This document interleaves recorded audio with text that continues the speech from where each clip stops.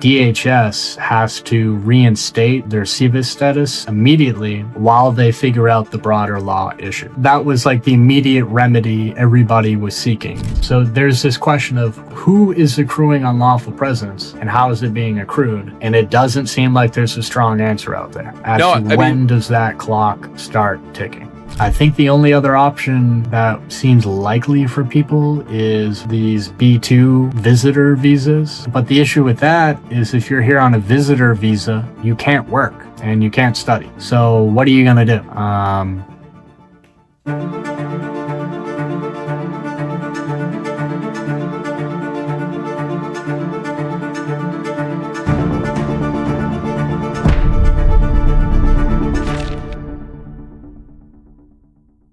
Good afternoon and welcome back to another episode of Boston Barristers. This is episode 8. I am here with our guest, Bill Manchinton, who is the firm's resident immigration attorney expert.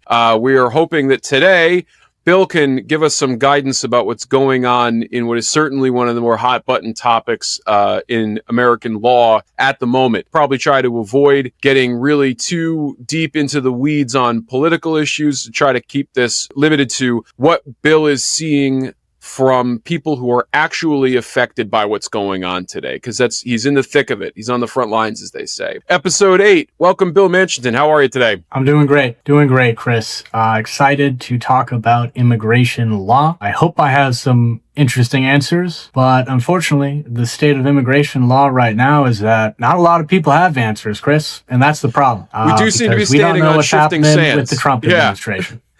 Yeah, like I said, maybe this will be our one passing fusillade at politics, is sort of like what, so much is in flux right now, both in terms of enforcement and, I guess enforcement is the key to what laws matter, right? What's not being enforced might as well not be the law. But can you maybe start by telling me what's the call you're getting most commonly today?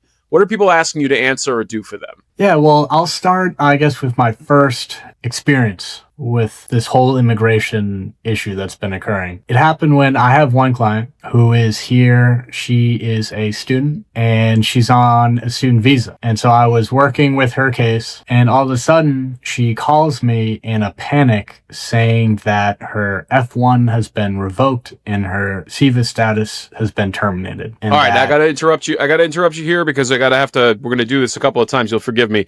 What is an F1? Our F1 gets revoked. What does that even mean? Tell me. Okay, so F1 visa is just like the name of the document or access that allows you to come into the United States. And F1 is specifically referring to this type of visa that is reserved for students. So you have to be accepted into a program at a university, a full-time program in the United States, and then that school has to sponsor you. And then you can get your F1 visa. You come to the United States to study, F1 visa. So now, does that always cover like the full duration of your time at school? Is that like is going to be a 4-year visa or a 7-year visa, or however long it takes you to graduate? What's the limitations? Does that have to be renewed? It's usually the length of your program. So my client was here on an F1 visa that covered the length of her graduate study programs. And because of what was happening in our criminal case, she got a notification saying, essentially, your F1 has been revoked and your SEVIS status has been terminated. All right, now you got to tell me what SEVIS status means. Yeah, here we go. Spell it for me. Right.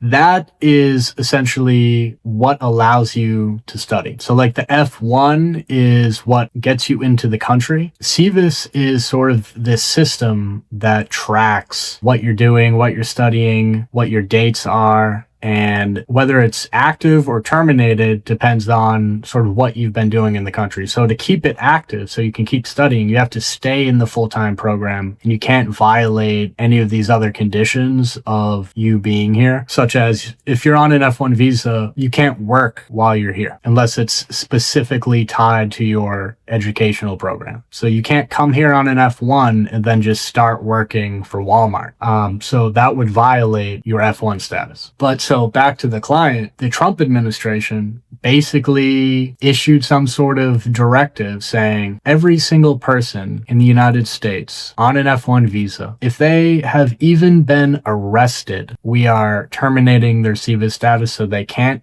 stay here. They can't stay here and study, and they have to immediately leave. So I had my client call me devastated, thinking that all of the time and money and effort she spent in this country to get her education would be wasted because she was being kicked out of the country immediately. And these letters that she and other students received said, hey, your status has been terminated. You have 10 days to leave the country. She wasn't the only person to receive these notifications. They actually went out all over the country, and it sparked off just a wild period of litigation, where we had many different immigration attorneys suing DHS, suing ICE, suing the federal government, saying you can't revoke these F1 visas or these SEVIS statuses just because someone has been arrested. Today's episode is brought to you by the Law Office of Matthew W. Peterson. If you're facing legal trouble in Massachusetts, whether it's an OUI, a firearm charge, or even just a clerk magistrate hearing, the stakes couldn't be higher. This isn't the time to go at it alone. You need more than just a lawyer. You need a legal team that knows how to fight and knows how to win. That's why people across Massachusetts turn to the Law Office of Matthew W. Peterson. With years of experience in criminal defense, family law, and immigration, we've got the track record and the passion to defend your rights. We've successfully represented clients in some of the toughest situations out there, from first-time offenses to serious felony charges. We've helped people protect their record, their families, and their freedom. So don't wait until it's too late. Visit mwpetersonlaw.com to schedule your consultation or call 617-295-7500. That's mwpetersonlaw.com and 617-295-7500. Because when your future's on the line, you deserve a legal team that's all in. Stay informed, stay legal. Now, back to the show. So it started a lot of litigation that's still currently ongoing. But it's an unsettled issue, whether or not the government has the authority to cancel the visas and based on arrests, the fact of arrests. So what happened was these immigration attorneys filed for temporary restraining orders, saying that DHS has to reinstate their SEVIS status immediately while they figure out the broader law issue. That was like the immediate remedy everybody was seeking. And in several states, they were able to obtain that remedy, which gave them their status back immediately, which allowed them to continue their education. And in the case of OPT or post-education training programs, they were able to go back to their training. So for instance, my client was working at a lab at another school, and she was able to go back working at that lab because her SEVIS status was reinstated. But this was completely unprecedented in that for years and years and years, just having an arrest was not grounds to have your status terminated. Yeah, just having an arraignment was not grounds to have your status terminated. It was usually going to be convictions or things like convictions, right? I mean, I want to sort of make sure that we give people a sense to the extent that we can of what it used to look like, right? Because we're talking about this whole sea change here. Do you know what were the grounds typically for someone getting their F1 revoked or their SEVIS status terminated? Right. So like you said, normally it's got to be a conviction. Convictions for things such as crimes of moral turpitude. Yeah, I always remember that term, right? And that's like stuff involving dishonesty or something, right? Like it's like... Yeah, like fraud, deceit, things like that are elements of that crime. Or just crimes that are so ghastly, so offensive that it's like, wow, okay, I can't believe anyone would even do that. The fact that you did that, like you have something wrong with you. But it's got to be a conviction. It can't just be an arrest for anything. Right, and that's the world that we're sort of still in now. That's what it seems like. I've been getting calls. I'm sorry, I need to ask this because I'm genuinely curious. Is there anyone that you know of who has been removed from the country on this F1 SEVIS basis because of an arrest? Like, are you aware of people who have self-deported, I guess? I know someone who is self-deported. I don't know anyone who has been put into removal proceedings. Okay. I have seen news articles about students being put into removal proceedings, but those seem to be people who are engaging in political protest and are being identified as maybe anti-government protesters. And so I've heard stories about those people being entered into removal proceedings, but none of my clients have. And most of the people who are calling us up, they are not in removal proceedings. They are just in this weird limbo where either their status has been terminated or their F1 has been revoked and they don't know what to do. And one issue that keeps popping up, and it isn't, to my knowledge, a settled question of law, is that when your SEVIS status is terminated, do you begin accruing unlawful presence? And I keep having clients ask me that question, and it's not a decided issue. One federal circuit has said, well, when your SEVIS has been terminated, that's a final judgment as to your status. Like, so you're being told you are out of status. You need to leave the country. Each day you stay here counts towards unlawful presence. However, I've seen another federal circuit say, no, the initial SEVIS termination does not count as a final judgment on your status. You can wait until an immigration court or an immigration judge says, no, you need to leave because we're not going to reinstate your SEVIS status. So there's this question of who is accruing unlawful presence and how is it being accrued? And it doesn't seem like there's a strong answer out there as to when does that clock start ticking? Right. And that's been one of the hardest questions to address because the answer is depends what judge you ask. Yeah, you never want to be in that position. And I feel like the thing, for whatever reason, the analogy that's popping for me is sort of like it's a procedural violation, right? So if you have this arrest, which may eventually just not turn into anything at all, but you definitely were here after your status was revoked, and that could be relatively easily proven. Like, now are you going to get jammed up on a procedural basis where there was nothing behind the thing that substantively got you into hot water to begin with? And yeah, I can imagine that's a really rough thing to have to. And I mean, what an unenviable position for you as a lawyer to be in, where you have people asking these questions and you're like, genuinely, there is no answer at this point. Like, circuit splits famously, you're going to go up to the SJC sometimes, like, and then who knows what's going to happen. Right. So unsettled. I mean, we talked about shifting sands. It just seems like this is the practical reality is that there aren't always going to be good answers to give people. Do you know, or do you have any insight into what's happening with the schools or these OPT programs? So if you are an international student and your F1 gets revoked in your SEVIS, which I looked it up, student and exchange visitor information system. So is that, just to clarify, when your F1 gets revoked, your SEVIS status terminates, right? Like, it's sort of like one is contingent on the other. Is that like you were understanding of it? Well, that's another question. That's part of the ongoing litigation is that some of those complaints for the TROs are arguing that F1 revocation, if you look at the statute, having your F1 revoked isn't explicit grounds for having your SEVIS terminated. Unbelievable. So some lawyers are floating that theory that, well, it's not explicitly stated in the statutes that if your F1's revoked, that your SEVIS is revoked. More confusion. So again, another great. No,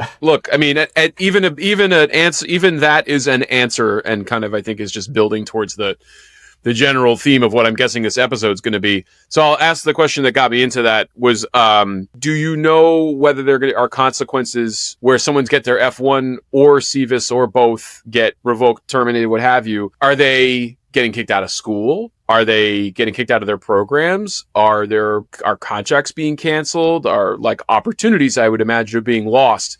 I just don't know if you have firsthand experience with what that looks like, or if it is happening. Right. So it seems to me like that's kind of on a school by school basis. Because I have a client at a school here in Boston, and their school has been very supportive, saying, hey, we understand that there's this criminal case going on. We want you to go through due process. We're not going to make assumptions about your innocence or your guilt until you're done with that process. So if you want to have your SEVIS status reinstated, we're on board with that and we'll request that for you. So my client and their university, they worked well together. They were in constant contact saying, hey, let us know what you need. Everything was in flux at the time when we were doing that. And so we were getting her SEVIS status reinstated, or we were in that process when DHS went ahead and reinstated them all anyway, because they realized they weren't in a tenable position by revoking everyone's without really any evidence. I'm going to want to talk about that next, actually. The last thing I'll say, though, about that piece is that you can imagine a situation where you have a competitive program that you've been accepted into, and now the program understands that you may not be eligible to stay here. And they may want to rescind. I mean, it's great that there are some that are being supportive, but I feel like there's even almost an understandable argument that, like, look, this research is vital, and talk about funding for research, maybe that we don't even have funding into next year, but we would certainly be handicapped in our research efforts if you're here for 3 months and then you are either self-deported or you're deported, or I guess that's just sort of a rubber meets the road kind of practicality. Right, no, yeah, to that point, excellent point, because the school was totally on board. They were supportive of the student, but the lab my client was working at said basically, listen, like, if you're not going to be here, we can't hire you. Like, we can't hold your spot. You know, there's all these other people who want to come in and do the research. If you're physically not able to be here, like, we have to let you go. My client was facing that. Fortunately, I should say, she was able to travel back to the lab and start working again. But I do have received calls from people who had their SEVIS statuses terminated, and then when they asked their school to apply for a reinstatement, their school said, no, we're not going to do that. Oof. And if the school doesn't agree, you are out of luck, because now you don't have a school to sponsor your studies here.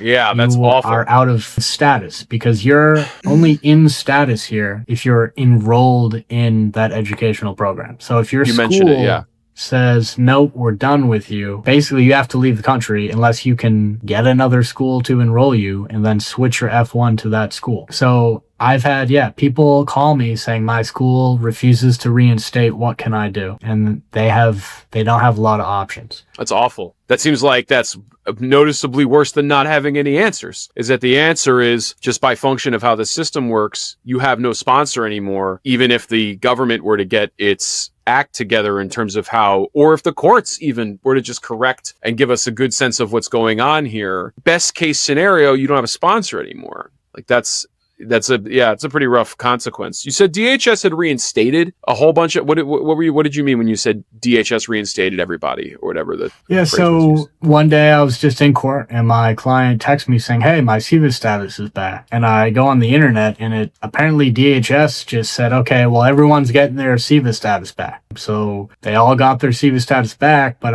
in the latest report I read, it seemed like what they were doing is they realized that they just took them away without proper guidelines. So last thing I read was that DHS is just coming up with more stringent guidelines as to why and when and how they can take away the SEVIS. And it's my belief that they're probably going to try a similar thing again, except the next time they're going to have probably a rubric of some sort, so that when it gets challenged in court, they have a better argument. But that's what's so crazy right now, is that, I don't know what's going to happen in the next week. If Trump says he wants to cancel SEVIS, then maybe they'll do that again. But I mean, one of the things receiving a lot of calls from people just in really rough situations. I can say that, this isn't as much related to the F1 SEVIS stuff, but somewhat related, in that it's H-1B, which is sort of, instead of being here because you're an excellent student, an H-1B visa is you're here because we really need your skills, or an employer really needs your skills. So they apply for this special visa so you can stay here and work. But when that visa is up, you have to leave. And I got a call from a person last week who is here on an H-1B, but unfortunately was just diagnosed with cancer. Diagnosed with cancer, has to be in the hospital all the time, and so he lost his job. His H-1B sponsor said, hey, we know you just got cancer, and that's unfortunate, but we have to let you go. And because we're letting you go, your H-1B status expires at the end of this July. So this guy was calling us to figure out, well, I just lost my permission to be in the country. 1. 2, my employer was the source of my health care, so I just lost my health care. I don't know I'm going to treat my cancer. What can I do? And I didn't have any great answer for him, unfortunately. But just seeing that situation really drove home how serious this is for a lot of people. How many people are in precarious positions that if they lose that job or if they lose that education, it will have very serious tragic consequences on their lives. And I know that's not F1 SEVIS related, but no, we're talking about I just want immigration people on to the know ground. that there's very serious impacts to the way we're handling the immigrations situation right now. No, I mean, this was going to be about just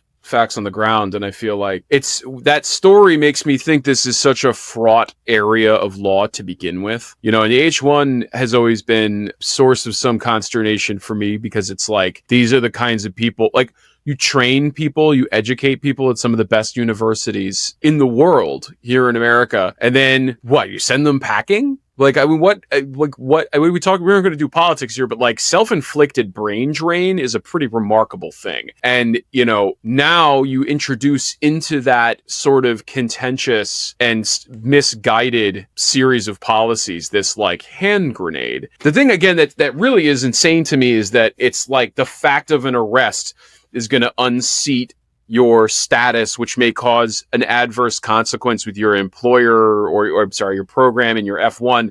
And now that's going to cause you, like, simply the fact of this having occurred at all is going to have weird legal ramifications, even if it's corrected. It's the thing we talked about with, like, now you're here on your unauthorized status and you're accruing time where you're not supposed to be here. It really is remarkable, and it seems pretty unfortunate and unlikely to be resolved to our satisfaction anytime soon. You know, there are other questions I can ask, I guess, here's one. Let's say we take the example you gave us where someone's sponsor, the school dumps them, and now they're here in this weird unauthorized. Can you get another sponsor? Do you have to leave the country? Could you try to get into another school? What remedy, if any, is there? Yeah, so that was the only remedy I could offer to this one young woman who had been kicked out of her graduate program, which was try to get into another program immediately, and then have them sponsor you. You'll have to get another F1 with that school's name on it. You'll have to get that school to sponsor you. If you want to be here on an F1, that's your only option. Other than that, you can try to get like an employment visa, like EB1, EB2, EB3, that type of stuff. What are those? Sorry, and actually this was going to be my next question, so you read my mind. What were those EB1, EB2? Yeah, so those are the employment-based visas. So I said H-1B, and that's like an employment visa. The EB series of visas are explicitly employment-based, and the higher, so one is like you gotta be Albert Einstein, and we're like, we need this guy. Like national security priority. If we don't have this guy in our country running whatever it is that he does. These are Operation Paperclip people who have been smuggled into the country and slapped a visa on them. Okay, I'm with you. So what's EB2, EB3? So then it kind of goes down from there. So that you got like up top there is like your stars, like famous international people. Then after that, it's like, okay, you have a PhD, you have a ton of experience in your field, and we want that. But then the next level after that's like, okay, maybe you don't have a PhD and a lot of experience, but you have a 4-year degree and a few years of work experience. Then after that, it's like, okay, you don't have a 4-year degree, but maybe you do have some work experience and associates. But basically, the less and less expert you are, the harder and harder it is to get one of those visas. And those visas are capped. So there's only a certain number of them. And for some of them, it depends where you're coming from. So if you're coming from India or China, there's these special dates where you can't get one unless your application was sent in before a certain date. And right now, those dates are years. years and years for India and China. And I haven't looked at the most recent calendar, but even for non-Indian or non-Chinese people, it takes years to try to get one of these employment-based visas. So what's happening is we have a lot of people in the country who want legal status, and they say, okay, well, I'll try an employment-based visa. And the problem is it's going to take way too long to try to get that before you've been accruing so much unlawful presence. So back to the unlawful presence, what I didn't mention is that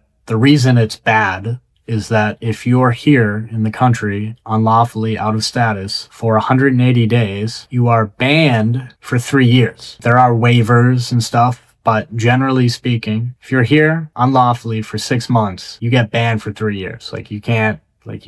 You're done. If you're here for a year, you get banned for 10 years. So the unlawful presence is not good stuff. You don't want to accrue that, because if you do, there's a ban on you. I'm just going to say this then. 180 days, less than the number of years it's going to take to get EB1 through whatever. Yeah, nobody's going to get an employment visa within 180 days. So you're going to trigger the ban. Realistic solution for 99% it's not relief. People. Yeah, that's not. So is there a way that you could be allowed to stay here without a visa? Is there any other, or is that what are the ways in which a person facing the revocation could stay here legally? I mean, the naturalization process takes forever too, right? So, and that's going to be. Right. So, I mean, right now they're making it very hard. So if you can't get the F1 for a student, you can't get the H-1B because an employer doesn't want to sponsor you. You can't do the EB visas because either you lack the education experience or it just doesn't fit your timeline. I think the only other option that seems likely for people is these B2 visitor visas. But the issue with that is if you're here on a visitor visa, you can't work and you can't study. So what are you going to do? Yeah, this seems like a Gordian knot here with no real reasonable answer. That's very frustrating, Bill. And I guess we're lucky that folks like you have the energy to try and approach this situation with the level of professionalism. And I can tell just listening to you that this stuff bothers you. It bothers me too, but I think, it's got to be worse because you've talked to these folks who are in these situations and you have listened to their stories. You've met with some of them. I mean, it's really tough. I guess the what I would leave us with here, because I think that's unless there's anything that you think. Let me ask you. I have 2 questions in mind.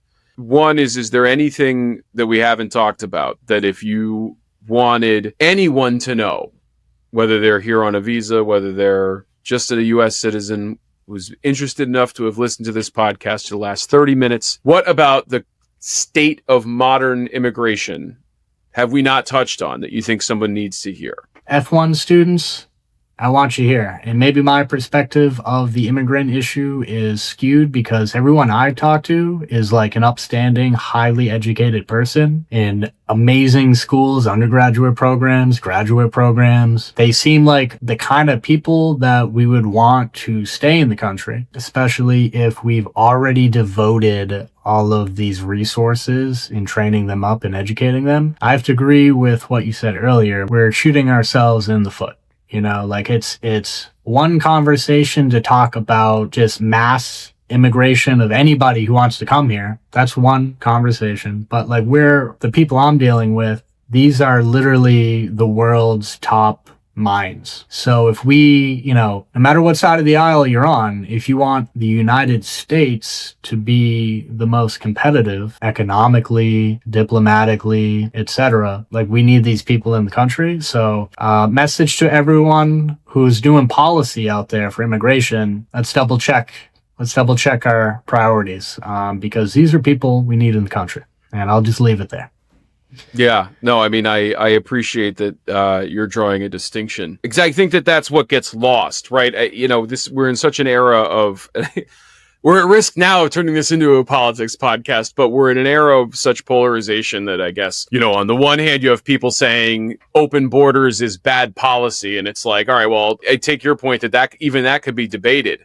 Right. But we're not talking about that. I mean, the substance of our conversation, I know that we said we were going to talk about immigration on the ground, and I feel like someone could listen to this podcast and leave us a nasty comment like you didn't say ICE a single time. And like, trust us, we could have made an entire podcast about what we think and about what is going on. I mean, we've seen this. Like, I've sat in hearings that have had to do with ICE, picking people up off the street. And I'm sure Bill has seen and dealt with this and has heard people talk about their fears of this. We could get mired in the politics of immigration, but I think Bill makes a pretty compelling point that at least with what he's being exposed to now, it seems like we have highly educated people we've put in some of the best universities that we have, and now we have just scrambled the rules. You have an experienced attorney here that we have as a guest on our podcast today, a member of our law firm who deals with these immigration issues, and he's got more questions than answers. The answers are, we don't know. The courts won't tell us. The courts are split. I'm with you, Bill. We want people here. This is,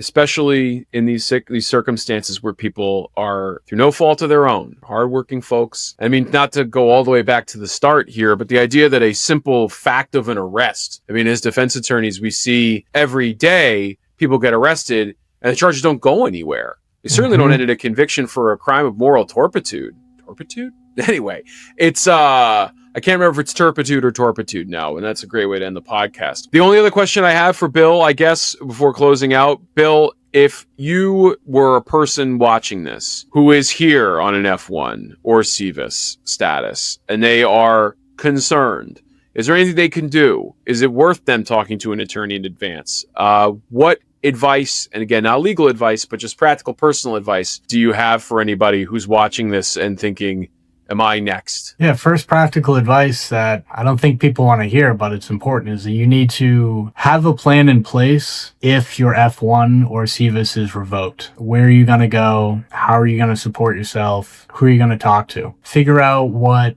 your family can do to help you, what your friends can do to help you. But I think something else important is get in touch with an immigration attorney, because should that revocation happen or the SEVIS termination happen, if you have an attorney on retainer or you just have a relationship with them, you're going to be able to deal with that immediately, because as we talked about earlier, unfortunately, a lot of these issues are very time sensitive. So if you are immediately accruing unlawful presence, you need to be working with an attorney on day one to make sure you're not going to run into any of these bans. The other reason why an attorney will be very helpful to you is that once you figure out what your options are in terms of family, friends, where you can go, what you can do, we can sort of help you figure out, all right, well, what's the best option for you? Because for some people, the best option is going to be leaving the country, going back to their family and reapplying for an F1 visa outside of the country. Not everyone has that luxury though. And so we would have to look at options of what can you do while you're still here in the country. But each of these situations is going to be highly dependent on that individual's circumstances. So I think that if you're watching this and you want to be prepared for whatever may happen, get that sort of emergency plan in place with your family and then contact an attorney to at least start a relationship. I have several clients right now who, they're good right now. Their F1's active and their SEVIS is active. But what they've done is they put us on retainer because they just want that sense of security that if something does happen, I'm right there a call away and I can immediately start working on your case and we can start figuring out what your best options are. So to have that sort of security blanket in your back pocket, I think provides a peace of mind to people that's highly valuable. And just knowing that somebody's going to be there if something happens is important. It's very important. All right. Well, thank you to Bill Manchinton for being a guest on this episode of Boston Barristers. I am Chris O'Brien, your today host for this particular podcast. We will see you again in 2 weeks when we have our next episode. Until next time, thanks for joining us. I hope you found this as compelling as I did. It certainly was great to learn from Bill some benefit of his experience, boots on the ground today, dealing with immigration law in America. Thanks for having me, Chris. Till next time.